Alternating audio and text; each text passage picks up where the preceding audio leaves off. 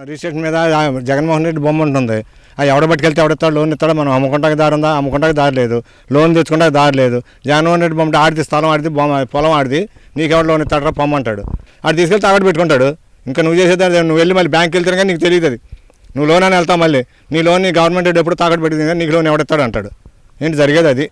రైతుగా ఆలోచించకపోతే రైతే సంఘానికి పోతాడు. ఇప్పుడు మళ్ళీ గవర్నమెంట్ వచ్చిందనుకోండి, ఎవడో పోయేది ఎవడో కాదు, రైతువారీగా దెబ్బతినేది కూడా రైతువారీగా దెబ్బతింటారు. ఎప్పుడు మా తాతల కానించి మా తండ్రుల కానించి ఉండ ఆస్తులండి. వీటి వల్ల వాళ్ళకి ఏం ఇబ్బంది లేదు కదండి. ఇప్పుడు దాకా మేము ఏదన్నా ఇబ్బంది పడి వాళ్ళ దగ్గరికి వెళ్తే వాళ్ళు ఏదైనా పరిష్కారం చేయాలండి. అసలు దీని గురించి వాళ్ళు పరిష్కారం చేయాల్సిన పని లేదు కదండి. ఇదేదో చట్టం తెచ్చి మొత్తం అందరు భూములు అమ్మేసుకునే పరిస్థితికి వాళ్ళు వచ్చినట్టు కనపడుతుందండి ఈ వాతావరణం చూస్తుంటే.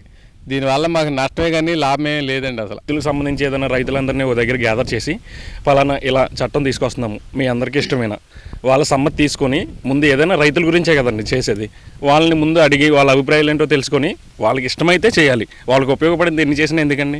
రైతులకు కదండి పరిష్కారం అయ్యేది, ఓన్లీ ప్రభుత్వానికి మాత్రమే పరిష్కారం అవుద్ది. ఎందుకంటే వీళ్ళ భూములన్నీ తీసుకొని వాళ్ళ పేర్లు చేసుకొని రిజిస్ట్రేషన్ చేసుకొని వాళ్ళు తాకట్టు పెట్టుకోవడానికి మాత్రమే ఈ చట్టం తీసుకొచ్చారండి. అంతేగాని ఏదో రైతులకి ఏదో న్యాయం చేయాలని చెప్పేసి, ఆదుకోవాలని చెప్పేసి అయితే ఈ చట్టం తీసుకురాలేదండి.